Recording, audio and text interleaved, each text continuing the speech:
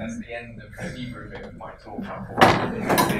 It's the only word I have. Was that a good introduction? Did it sound good? Okay, excellent. Terrific. Great. So that's just all down. Okay, well, thank you very much for inviting me. This is really exciting, and it's great to see so many people here today as well. It's really full. So, yeah, you see, the trouble is I don't know exactly what you said about my job and my institution, so I might repeat bits of that. Is that the... got a non-clicker clicker. Let's do it that way. So, before I really get into the talk, I'll just explain quickly about the University of the Arts London, and then you know where I'm coming from. We're 6 colleges, and each of those colleges are quite large. So, for example, something like London College of Communication has 5,500 students. So, taken together, there's about 20,000 students, undergraduate, postgraduate, research. We are the largest creative arts focused higher education institution in Europe, and probably the world. We're just not sure how to measure it. So that's one of the things that makes the place interesting. Each of the colleges are quite old, so some of these colleges are 150 years old, but the university itself as an organisation is much newer. And my job is across the whole of the university, which is always interesting because each of the colleges has a different culture and a different way of working. So it's a really interesting and challenging job to try and bring that together, but to just ensure that the colleges, the diversity of the colleges is actually really important to us and those different cultures. We're also starting an Institute for Creative Computing, which I'll come back to later. I work in a group called Teaching and Learning Exchange, which is really there to support the university in teaching and learning. So it's like a version of what you're building here, essentially, which I think is one of the reasons I was invited. So I think it's really important before I start talking about digital or anything else to talk to you about my views on what I think teaching is and what I think education is. Everybody's got their own opinions on that, but everybody's got their own kind of philosophy when it comes to education. And mine's this, is that education is a process of becoming. So here's Peter Jarvis explaining that in ways that are much neater than I could. Through our learning, we are creating our biographies. So in that sense, it's the idea that when our students leave, they're different people from when they arrived. We want them to become, become that creative practitioner, become that intellectual. And that's quite a difficult process for students, because they have to become that new person, but they also have to leave the old person behind, which is quite difficult to do. So that's my very high level view on what I think the point of higher education is. There are lots of different views, but that's mine. And it's probably useful for you to know that so that you can compare that to everything I'm about to say. Okay, so in the University of Arts London, my group, the Teaching and Learning Exchange, we think of teaching as a creative practice. So obviously it'll be the same here. A lot of our academics, a lot of our teaching staff, they have a creative practice. They're makers, they're creators. But they also teach, and that is another creative practice. And we try to encourage people to think of teaching on that basis and to approach it, to take that creative mind and apply it to teaching in the same way that they'd apply it to the things that they make, the things that they create, the way that they write. So that's where we come from. And I think that it's important and it's liberating. So, throughout I'm going to wander. I don't know how wide that shot is. I'm going to just keeping the video people awake. Yeah? No? Yeah? Okay, right. I like to do that. I'm going to talk about a number of what you could call tension pairs, throughout the talk. I think it's important in higher education, and it's important, especially with creative teaching, to not necessarily think in terms of problems and solutions, because it's more complex than that. I think it's more helpful to think in terms of tensions that need to be negotiated, things that constantly need to be negotiated, which is interesting, sometimes a bit tiring, okay, but it is interesting. One of them that's important is this tension between the idea of learning and the principle of academia, okay? So by academia, I mean the kind of structures and the modes of working that are to do with being academic, right? Which is quite a particular thing, as we know. A lot of what happens in higher education is learning. Now obviously these two things overlap and they interrelate. And a lot of what our students are doing is learning. And one of the things that the digital has done is it's kind of expanded that area, right? So students now have access to, there's an abundance of knowledge, there's an abundance of people that they now have access to. So they spend a lot of their time learning and then translating that into academia. Okay, that's what I see happening at my institution. And I think it's important to make the distinction, because sometimes what I see in my institution is that one person is talking about academia and another person is talking about learning, and they think they don't agree with each other, but actually they're talking about different subjects, if you see what I mean. So I think that's important to note. This, when we met on Tuesday to discuss things in general, I got overexcited and read out this entire quote, and I love it. It's too long, okay? This quote is too long for a presentation, but I can't edit it, okay? I just put a bit in red.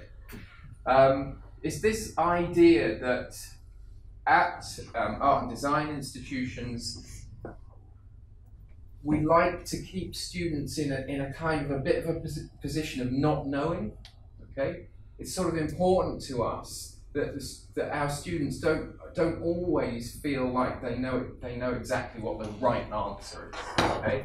Because what we want to do is we want to create an environment where perhaps there isn't a right answer, where that's not necessarily the point. We want to perpetuate that liminal state, and I think that that's really, really important. Especially with the way the world's going, where everything has to be known, and there's arguments about whether something's true or a fact or not. Actually, we're operating in a slightly different way, okay? And this is one of the things that came up on Tuesday, is that ambiguity is important for the University of Arts London. Now, it's different for different courses.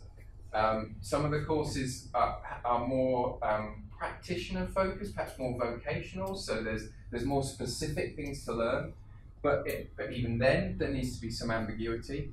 A lot of our courses have to be ambiguous or they don't work, okay? And for me, the Academy, the Creative Art and Design Academy, should be a space of ambiguity, because that's where the interesting questions come from, okay? I think it's important to be comfortable with that and to defend that ambiguity. Sometimes it's a struggle for us to explain that to our students, the reason that, that ambiguity is important. It's actually not just us trying to hide a correct answer. But I do think it's something that's crucial to hold on to. Now, that's in tension with the fact that we also measure things, okay? And this is a tension that I see all the time at the University of Arts London, because on the one hand, we want the ambiguity so that students can ask questions. My deputy vice chancellor, who's in a very important job in my institution, says the interesting thing about our institution is that we're asking students to ask questions that we don't know the answer to, okay? And we're trying to guide them through that process. That is very interesting and unusual, even in higher education. But we also measure. We're ranking institutions. We give students marks. And so there's definitely a tension between those two things. But again, it's not that necessarily one is more important or better than the other. It's a question of how do we negotiate those two things. On the one hand, ambiguity. On the other hand, sooner or later, somebody wants a mark, okay? And I think that's difficult.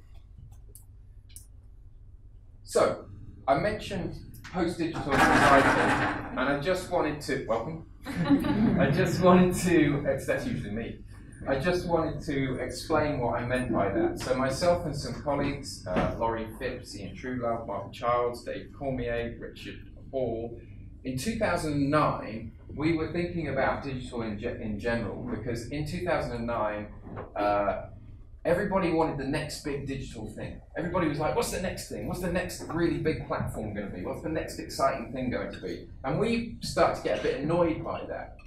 So what we meant by post-digital was really, now that digital is almost everywhere, we need to stop thinking about it as technology and start thinking about what it means. Start thinking about its influence, yeah? Start thinking about what it means for education, what it means for culture, what it means for society, instead of being obsessed by the next big thing. So that's all I mean by post-digital. Some people say, what do you mean? Do you think digital's over? Okay, which would be a bit like saying, well, modernism's over because of postmodernism. Right, it doesn't make any sense, but anyway, I occasionally get caught in that conversation. Am I going too fast or too slow? No. Your English is okay. Your English is significantly better than my Hebrew. So, and this is a really interesting quote, 1997, okay? This idea that we're trying to amplify, enhance, and extend the relationship and communications between all beings and all objects, okay? That's happening, and it's having some really strange effects, okay? So whether you think that's a good thing or a bad thing, it is happening, and the academy is within that and has to find a way to respond to that, okay? So you can see some really huge things happening with democracy around that, for example. Another thing that's really important to state is this, how many people have heard of the idea of digital natives and digital immigrants? Yeah, a few people, okay. So it was Mark Prensky came up with this idea in about 2000, and he basically said, if you've grown up with digital technology, then you're native to it, and if you're a bit older, then you're an immigrant into it. It's actually a metaphor of language, really. So it's a bit like if you've grown up with technology, you use it as if it was your first language. It's an appropriate metaphor. And if technology appeared while you're an adult, then you end up engaging with it as if it was a second language. Sounds okay. It doesn't work very well. What it ended up meaning was old people don't understand technology. That's what it came to mean, okay? And it meant that we assumed that there was a whole generation of students that just kind of got technology, just kind of understood it. And the fact of the matter was, while they owned a lot of technology and used it a lot, they didn't necessarily feel like they had very much agency with that technology. They didn't really feel like, they just felt like consumers. They felt pushed around by it, and they wanted help. And as higher education institutions, we didn't necessarily help, partly because of this idea. Okay, I proposed an idea in response to this called visitors and residents, which I'm not going to talk about too much today, but that's something that you can look up, which is more based on mode of engagement. So again, I think that when we're thinking about teaching and learning in digital, it's very important that we don't assume that our students know what they're doing. Okay, even if they own phones that are much better than ours. I think that's partly what the problem is that we see students with the really nice phones and we assume that they must know what they're doing. So one of the things at UAL that we've done to kind of split up digital, because the area is too huge, is we talk about teaching digital and teaching digitally. The phrasing isn't great, but it works as an idea. So teaching digital is when you have specific bits of technology that you need to teach within your discipline or course. It might be Photoshop, CAD, coding language, all sorts of things.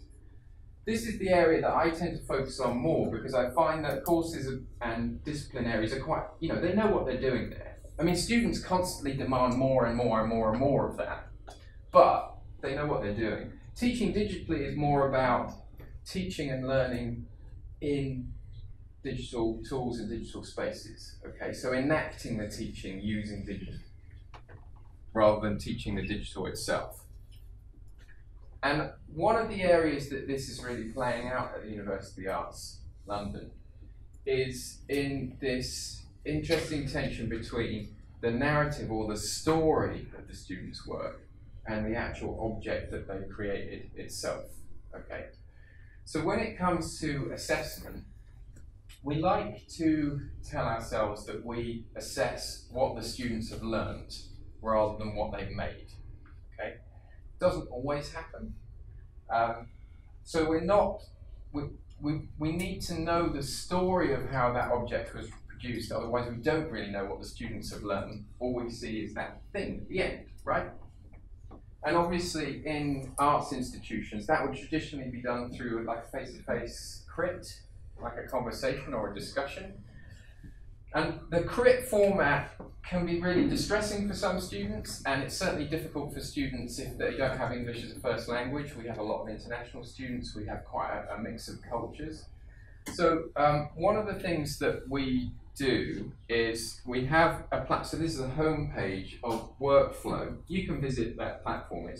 Most of it's openly available online. And this is like a kind of very, very open portfolio platform that allows students to create pages where they can combine text and image and sound and video.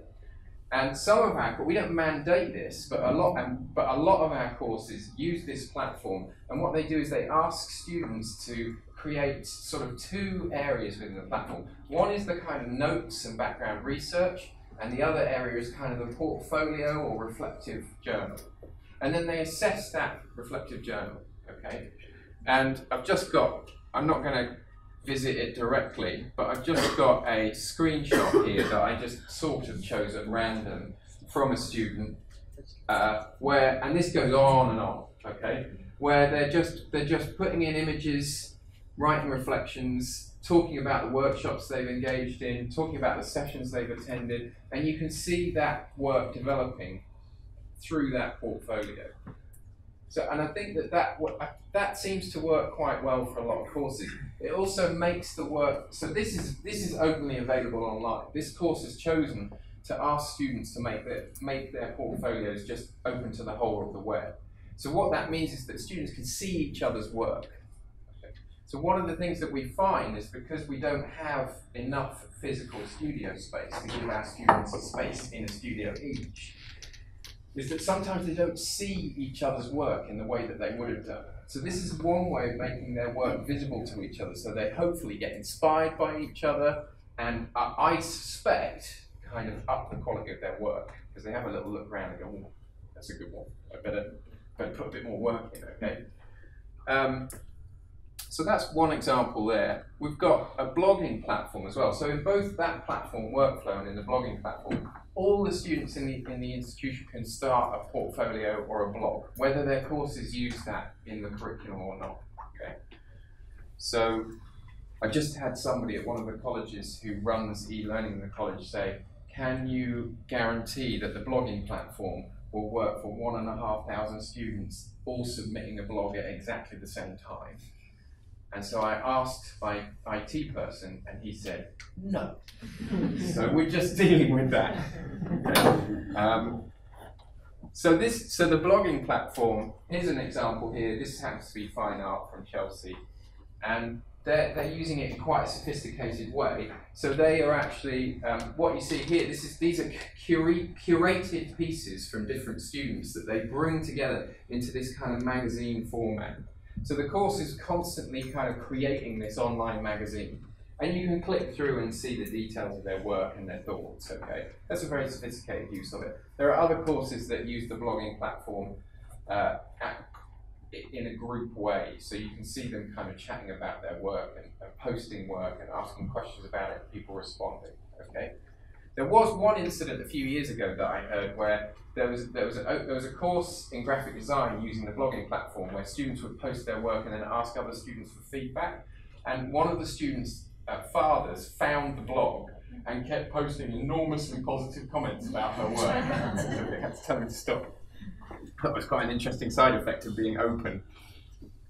We also have like a really big virtual learning environment, the Moodle platform that all the courses use. They tend to use it mainly just to put stuff in, okay? But there are other examples of where it's used to run online distance courses like this one here. So this uses a combination of the Moodle platform, but really importantly, we also use Blackboard Collaborate Ultra, which is one of those kind of meeting room platforms where you've got the video and the text and it's synchronous and all the rest of it. And we have a small number of examples of courses that work online where essentially, at the point you'd normally have a face-to-face session, you have a session in Blackboard Collaborate. Okay, and there's a master's in photojournalism which works on that exact basis. Okay, it's got a face-to-face version of the course and an online version of the course. The model is exactly the same. It's just on the online version you meet online, and in the face-to-face you meet face-to-face. Right? It seems to work really well for postgraduate students, for master's students, because they've kind of learned a lot of the processes and practices they need. And so a lot of what they're doing at master's level is discussing their practice and developing it. So that means that they can be all over the world. We don't need to teach those photojournalist students how to use a camera. Okay? They're talking about the images that they're creating. So I think that works quite well at postgraduate level. And what's important there is this, for me, is this idea of belonging. So I was talking about becoming, students becoming. They can't become unless they feel like they belong, right? And one of the interesting things about like face-to-face courses is you get a sense of belonging for free, okay? Because we're embodied. So we all feel like we belong to something here because we're all in the room together, right? Even if we don't know each other. Online, that doesn't happen unless you design it in. You have to very deliberately design in those moments of dialogue, collaboration, and maybe community, so that students feel like they belong to something. I think one of the things that we've got good at over the last 15 years is kind of delivering curriculum online. One of the things that we still need to work on is how to create that sense of being part of a cohort, being part of something, you know. So, here's a always contentious one in terms of attention. We feel this really keenly at UAL. I think all higher education does in the UK. A few years ago, we introduced the government, the government introduced student fees. So our students pay £9,000 a year. And also, essentially the government in the UK is constantly trying to frame education as being about employment and not about anything else, okay? And you know, if you ask students entering higher education in the UK, why are you going to the university? They will almost always say, because I want a good job, right? Now, at one level, that's fine. Everybody's entitled to try and get a good job. At another level, it has to be more than that, right? It must be more than that. And so the citizenship aspect of it is really important. And again, it differs slightly from course to course. Some of our courses are very vocational. So when the students arrive at that course, they're being prepared for a very particular job. For many of our courses, it isn't like that, and I'm sure it's the same for you. So actually, the careers and employability bit of the university is in the teaching and learning exchange, is in the group that I'm in, and that's been really useful because we can have discussions about how to make sure that that agenda and that agenda kind of work with each other rather than fight each other. So one of the ways that we've done that is through a thing called the Creative Attributes Framework. So I'm not sure whether this is specific to the UK, but most higher education institutions have what's called graduate attributes. Do you have things like that? Not so much, but it looks a little, okay. So this is where universities state the kind of attributes you'll have as a person when you leave university. So yes, you'll have a degree or you'll have a master's, but you'll also be good at these kind of things. It's person-centered, okay? So it's different from like a learning outcome in that sense. It's about the person, which is quite a risky thing to do in some ways, okay? To sort of say, you'll be this kind of person when you leave. So we've extended that creative attributes framework into the digital, but I'll just show you the words, okay? So this is the creative attributes framework. It's in 9 sections. And as you can see, some of these words are quite neoliberal, right? Does that word work here? Yeah. Works everywhere, unfortunately, doesn't it? Yeah. This works, it doesn't work. You understand it, but it doesn't work. Right, got you. Okay, so you've got things like proactivity and enterprise, self-efficacy, that are kind of more towards that end of things. But then there are things like communication and storytelling that are of a different character. Now, one of the we don't, again, this is not something that's 100% mandated in our place. But what we found is that the courses at UAL have responded, not all of them, but a lot of them responded quite positively to this, partly because they can translate these words into their own context. So they can come to their own understanding of them, okay? So proactivity in fine art is going to look very different to proactivity, slightly, to proactivity in like the business school, for example. Okay, so I think that's one of the reasons that it's being taken up, is because it allows people to translate it into their own context. Yeah, I mean, I know both of our institutions are focused on art and design, but actually there's enormous diversity of approaches and courses within that. So what we did, this is not meant to be legible. Okay, I've got some handbooks. I've got printouts of this if you're interested. We added these digital practices to it, so in a way we kind of translated it, because it's too hard for a lot of courses. If you say, you know, to a course, what does it mean to be digitally agile in your discipline area? It's a too difficult question to answer. So what we did was we kind of added this extra layer of practices. We did a lot of consultation with teaching staff and students to get the language right. Okay, and really it just ends up being a kind of something that we can all agree is important. So these practices are important, and courses can then use that as something to help them design their learning, or help articulate or explain what students are going to be learning when they engage in a particular piece of study. So that is slightly more legible, just to give you a little sense of it. So again, we're not telling anybody how they should teach their course, right? And you can see these are kind of disciplinarily agnostic. They're not. There's nothing specific. Hello, you've got a question? Yes. Should we save our questions for afterwards, or can we interrupt you in the middle? Maybe we'll save it. We'll save. Hold that question. I'll make sure there's time at the end. I'll try to. Yes. I'm glad that a question has arisen from that. I'm intrigued to know what it is now. Okay. So the point is that kind of approach, my institution is big and complex. We can create policies. It's quite difficult for us to ensure that they actually happen. Okay, it's the same everywhere. So that the digital creative attributes framework is more of a tool. It's not a policy. It's not a set of rules. It's a framework to help people design. Some of the courses are absolutely fantastic on this stuff, and some of them just benefit from having a bit of a structure or something to respond to.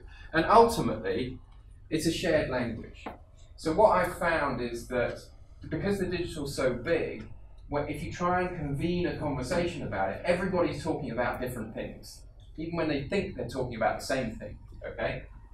So something like the decaf, as we call it, just becomes enough of a shared language that the whole area can kind of progress, and you're in less discussions and less meetings that are incredibly confusing. Okay, that's kind of quite a personal comment from me. So let's get down to the actual part of the thing in terms of being an art and design institution. In just about every course, students will be making something. Okay, they'll be creating, they'll be using their hands. Okay, that's absolutely at the heart of both of our institutions. All right, and sometimes there's this sense that the digital is the thing that's going to steal that making practice. It's going to steal the kind of physicality of making, and it's that. And it becomes kind of a scary sort of monolith that's going to appear and change the nature of your discipline in a way that perhaps you'd rather it didn't. Okay, and so there is a real genuine tension there. And this was something that we were exploring at a conference that I helped to run called Digitally Engaged Learning. So in 2007 we held it in London, and the theme of the conference was teaching making and making teaching. and we were exploring the relationship between the physical and the digital. Because the truth is, the digital is kind of just another medium, it's just another tool, it's just another space. When you look at the way students using digital, got great photos of students that have just physical materials all over a table and a laptop. Do you know what I mean? Or they've got textiles and scissors and sewing machines and a laptop, right? So that is just part of the fabric of what goes on. And to my mind, I think what's important is not to get too obsessed about the divide between the physical and the digital, but to focus more on what's the question we're asking. You know, what's the thing that we're trying to create? And if part of that's digital, fine. And if part of it's analog, fine. And if part of it's physical, fine. And if part of it's virtual, fine. Okay? And some of the most interesting work happens at those intersections. So we have makerspaces. Do you have what you call makerspaces here? It's a funny thing. Yeah, okay, yeah. So essentially, these are a kind of manifestation of what I'm talking about, in that they're places where the physical and the digital combine. So physical computing, anywhere where there's that kind of crossover and the work or the creative practice isn't just sort of stuck inside the machine, inside the computer. I think that, I mean, it's been interesting for me because I'm old enough to remember when computing was pretty wonky. That's not a word that's gonna. It was almost always broken. Do you remember that? Right? And now it's almost always not broken, but we sort of forgot. Right? So for me, computing was a creative practice because you had to be really creative and you had to really understand it just to get it to work. Okay? So I still run on the assumption that everything's broken and you're fortunate if it's working. Okay? My kids are the other way around. I think there might be a generational difference there, although I'm always suspicious of that. So they'll say to me, "Dad, the Wi-Fi is broken," right? And I'll say, "Of course it's broken. If you've any idea how complex it is, it's amazing that it works at all." And they're not impressed. They're deeply not impressed. Okay. So I think there's this whole generation of students that have their experience of digital has been the surface of digital, has been as consumers, and they haven't felt that much creative agency. They're just using the software as presented to them. So the makerspaces are quite interesting from that point of view. And here's a really interesting example at Chelsea College where the students and staff, they put up this board because the practices are fairly emergent, and they actually post, "I'd like to learn this, can anybody teach me?" And other students will post, "I know how to do this, is anybody interested in a session?" And they kind of self-organize to a certain extent. So you get lots and lots of different discipline areas working in those makerspaces, okay, with wires and fruit and clip. You know, I've seen crocodile clips on plants. I don't really know what they're doing in there, okay, but it's interesting. Here's a really great, I really like this image that comes from our Digital Maker Collective because I think it really captures that. So you've got the super slick corporate virtual reality headset on top of a very art school chair. Do you know what I mean? There's something about that, which is what this is about, that kind of crossover. Here's an interesting course that kind of embodies that. So this is Tobias Ravel, runs this, Interaction Design Arts, and he describes the course as digitally agnostic, okay? So they don't really care what you're using and whether it's high-tech, low-tech, no-tech. That's what he says. And here's an example of their kind of computer space. And I think it's interesting because it's kind of messy and there's all sorts of materials involved. And that's something that students have been saying to us, is they don't necessarily want pristine computer labs that are separate, that feel separate to the kind of mess of creative practice. They want to bring these things together because they're used to having their laptop in amongst. The question one fine artist student said to me was, "Will I get in trouble if I get paint on a Mac?" You know, and I think that's an interesting question. Yeah? Because if the answer is yes, which it probably is, then what's that doing in terms of their practice? Yeah? Because sometimes we fetishize the digital and we make it too shiny. But it's becoming cheaper, so we don't have to worry about that quite so much. Here's a great shelf. which gives you an idea of how that course works, where they kind of collect bits of equipment that most people would have thrown away a long time ago, so students can incorporate that into their work. And here's one of their sort of workspaces, which is normally even messier than this. Okay.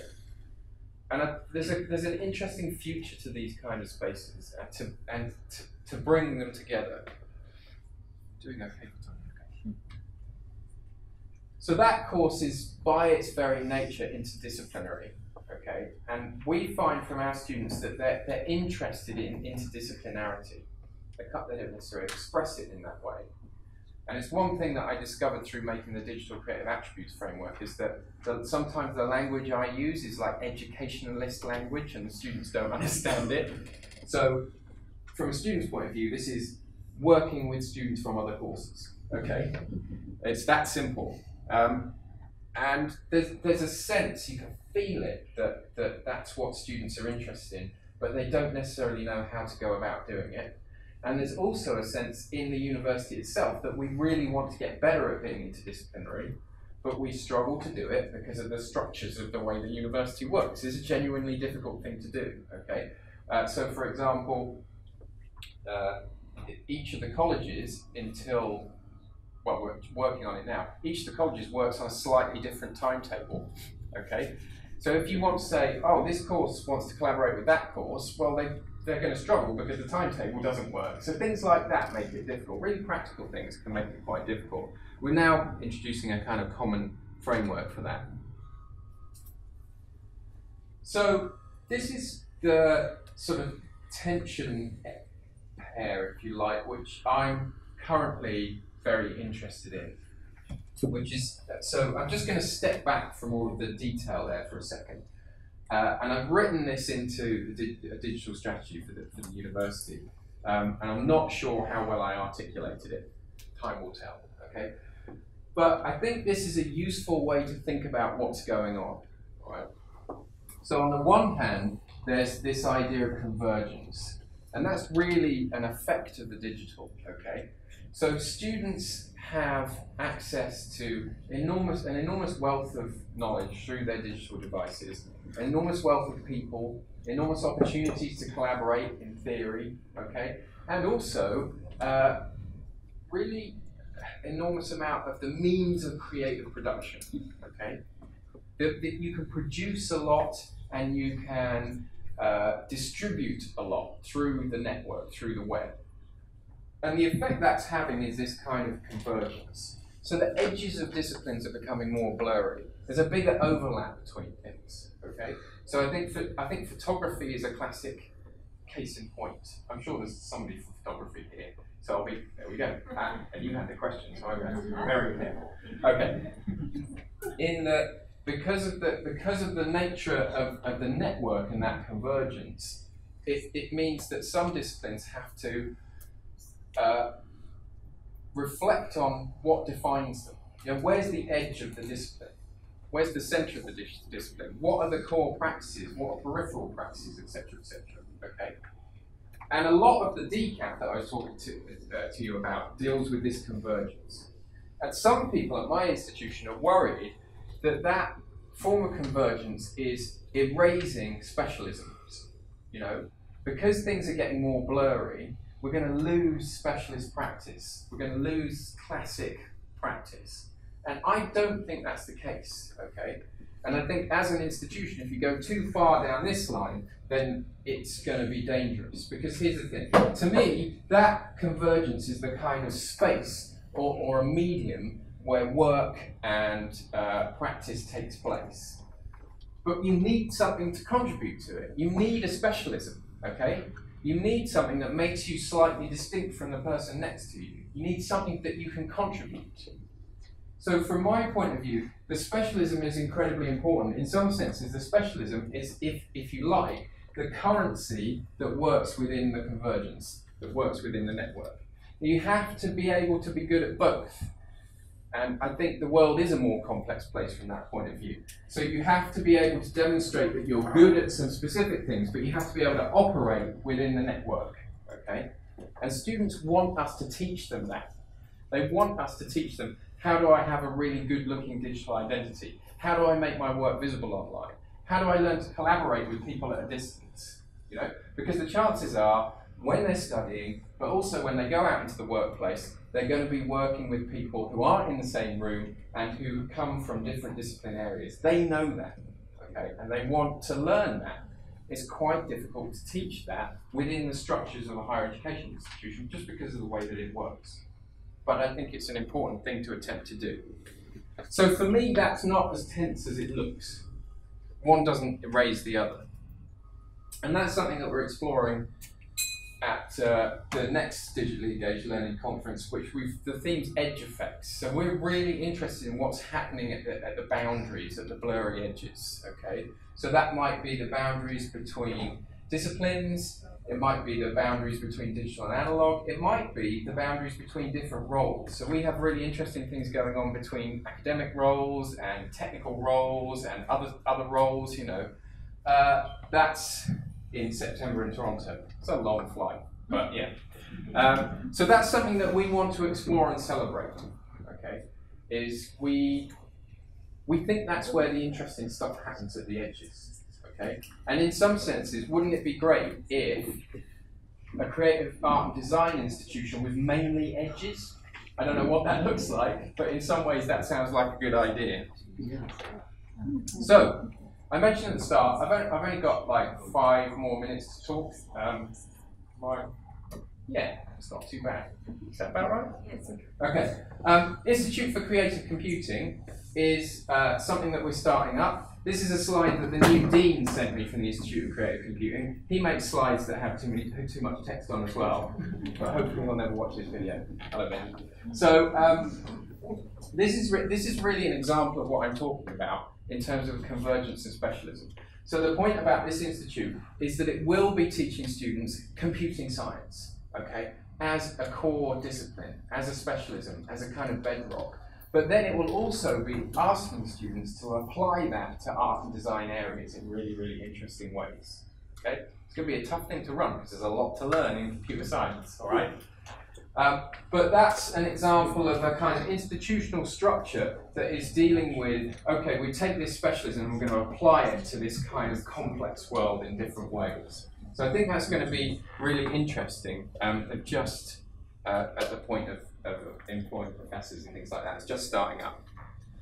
So last one, network and hierarchy. I got obsessed with this idea. I'm not sure I've got unobsessed with it, but if you really stand back as far as you can from everything that's going on, this is a useful way of thinking about it, okay? Is that whenever something contentious or interesting, and quite often they're the same thing, at my institution happens, it's usually this tension between networked ways of working, you know, connectivist, rhizomatic, however you want to phrase it, and hierarchical modes of working, okay? And clearly, our institutions are hierarchies to a certain extent because they have, you know, they have to organize students, they have to give marks, etc. But also a lot of what goes on happens in a networked way. And because of the emergence of the web, that network section has become bigger and bigger, okay? And I think that in some ways, if you think about learning and academia, there's this kind of a bit of a mirror there. And so that's, in a way, what I'm saying is, if you think about the things in your particular area of work that seem challenging or contentious, apply this to it and see what happens. Okay? I'm not saying one's better than the other, and I think for creative art and design institutions, the question is how do you have the hierarchy support the network and the network support the hierarchy? Okay? What tends to happen with institutions is institutions try and swallow the network and say, that's great, we'll take that and we'll formalize it. And of course, in that process, they take a bit of network and make it into hierarchy. The question is how can you support these ways of working without building them into a hierarchical structure? I hope I'm not being too abstract. I'm sure you have a sense of that in your areas. Yeah.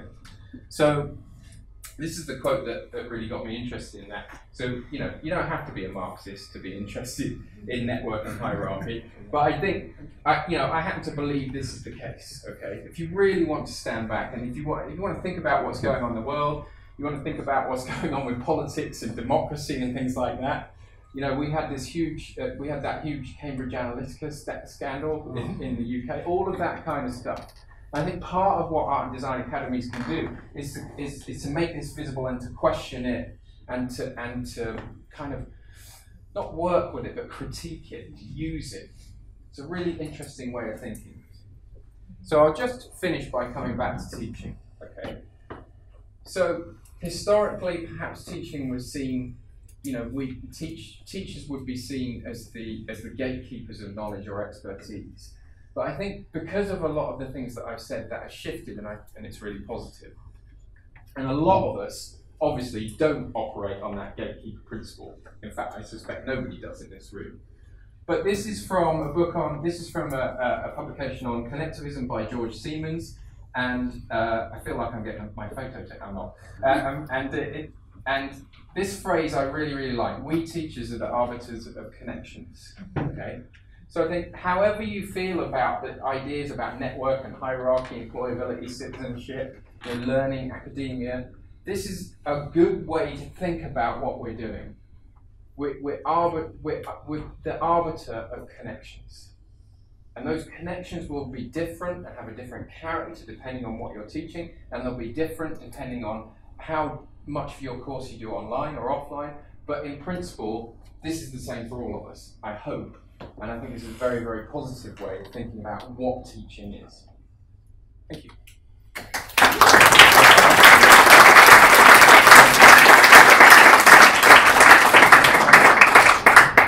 We've got sort of 5 minutes. Yeah, we can open the question. Okay, I think I ought to take this question because you were yes. I'm Yosef. My history with Btzalel is from the beginning of the photography. And before that, I studied in a similar university to everything that you described. Excellent. I think that one of the problems that we're trying to deal with in this forum is about how to teach in a new and different way, and a certain realization that's come to Btzalel for the first time in close to 40 years that I've been here, that I remember such a forum where we address the issue of teaching. Yes. When you talked about the tensions that we have between grades and learning and not knowing, you also mentioned that it is our job basically to ask questions for which we do not have the answers. Yes. Now, if we do not have the answers, how can we give grades? Yeah. That's what I'm going to ask all my questions. Okay. Oh, that was okay. Because if we're trying to honestly promote free thought and somebody to think out of the box, and the students who come here do not know, to demand of them to know would be to demand of them mediocrity. Okay. We are trying to take them out of their box and to offer them to go into a realm of experimentation, what people might call creativity, and into that area of knowledge where we have never really experienced or tried. Because the background of the students is one in which they never had that opportunity unless they are the gifted students who at a young age questioned everything and come in with amazing portfolios, and they are the easiest students. Just let them go and say, keep going, you know exactly what you're doing, you don't need me. But all the rest of the students do need us. Now, you say we should not assume that the student know what they are doing. I think that that's very true. Okay. We shouldn't assume it, and we shouldn't demand it. Right. And yet we do, because as soon as we become what you said, to assess what the student has learned, we are basically putting ourselves in the position of being judges and knowing all of those things that we basically stated in the beginning that we do not know. And we do not know. And I think that there are a lot of basic flaws in this kind of an approach to teaching, and much of it most of what you talked about is this is what we do. And you described all of the different departments, how they do it, the digital presentations, and all of the solutions. I want to deal with the question, why are we doing it? Okay. Because until we address that question of that we don't know right from the beginning and make that the central, the focus point of this whole discussion of what it is that we're trying to teach and why we are teaching, then we have nothing to do as teachers. That is the real thing. All the rest to me, such as showcasing abilities, navigating change, talked about belonging, employment, and citizenship. That has nothing to do with art. Okay. These are things which are diversions that we as teachers have found because we do not know what and how to teach. Okay. I will also take it another step further and say that most of the people in this room who teach art, and I'm not talking about the history of art or criticism, I'm talking about being an artist. Most of us never took a single course in how to teach art. Yeah. I did not. And the people I know in the photography department did not.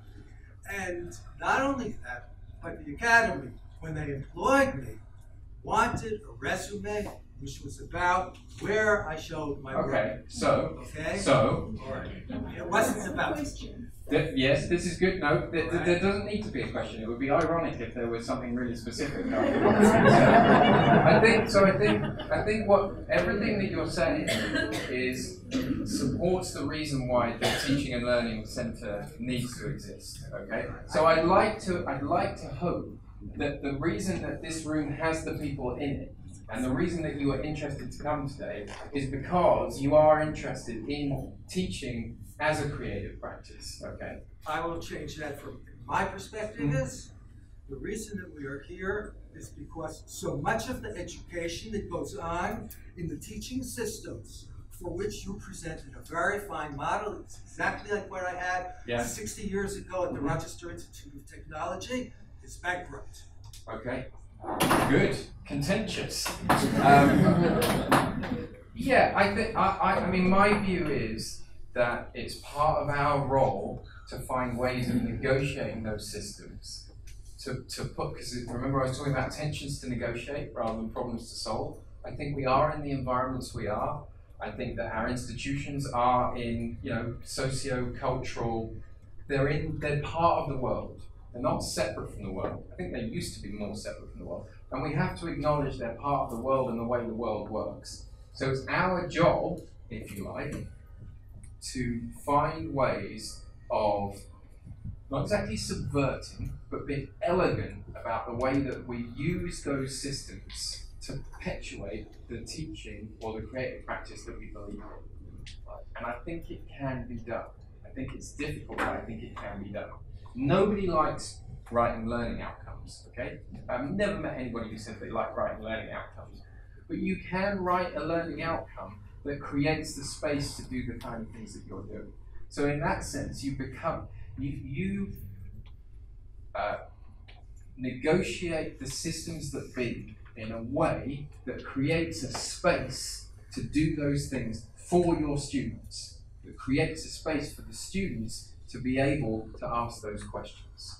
You become a translator in that sense, okay? I think it can work together. Sometimes it feels like you're defending your students from your own institution. I don't want to, sometimes it can feel like that. Sometimes actually the things work together, okay? I think most people want similar things to what you're talking about. But the institution is the shape that it is.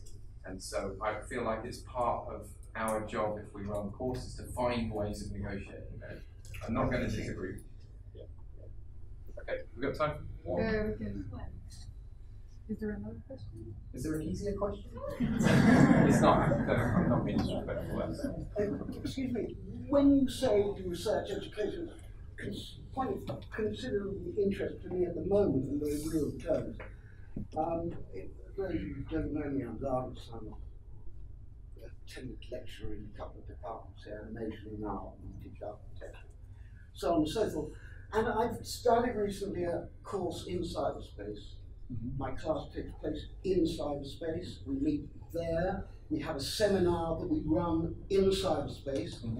And I've been approached by a number of people and institutions who are very interested in this particular phenomenon. We're not coming to school. In fact, we're spending the last month until November working only communicating there.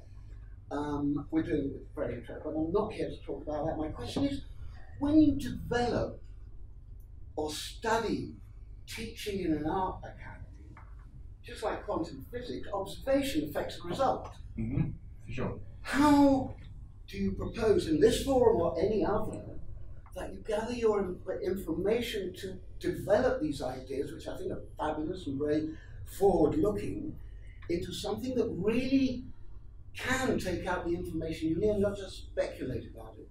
Because I've never heard of a say that let somebody from any official body, government or internal Bצלאל, come into their class and make notes. It's very disturbing. Right. I mean, I can accept, you know, I'll leave the room and somebody can come around and ask my students what they thought about my teaching this year, last year, or this morning, or whatever, which is fine. But to actually have an analyst in the room, which is what I think your department, our department in Bצלאל, and what your department in UAL deals with, is developing technique through using teaching to study it. Do you see what I mean? Partly, yeah. As opposed to only giving it. It's not. No, I understand what you mean, but it's partly what we do. So yeah, I think a lot. So how can this go forward? Right. So we're not taking from the students' experience. So we're not. It's a good question. We're not actually measuring in that sense. We're not necessarily trying to extract a model and then apply it elsewhere. But a lot of what we if you look at the University of Arts London, some of the teaching practice is amazing and some of it's not so good. Okay. So in some senses, it's our job to try and create fora, not unlike this one, whereby the people who are doing amazing creative teaching get a chance to talk about that and to inspire other teachers. Okay.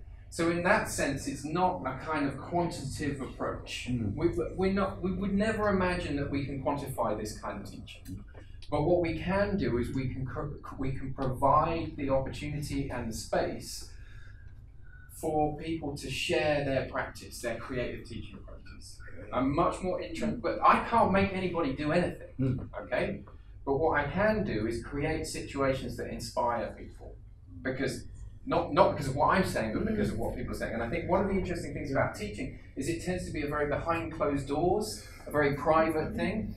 And so often, by its nature, and so often really brilliant things are happening and nobody knows about it apart from that person and their students, which is great to a certain extent. It's delicate. In 40 years of lecturing in Bצלאל, this is the first time that anyone has suggested that there may be a forum for artists, lecturers, thinkers, any person in the academy to discuss their teaching technique. Well, I think about time. Well, yeah, absolutely. So I think that is a perfect place for us to finish because that's what this is all about.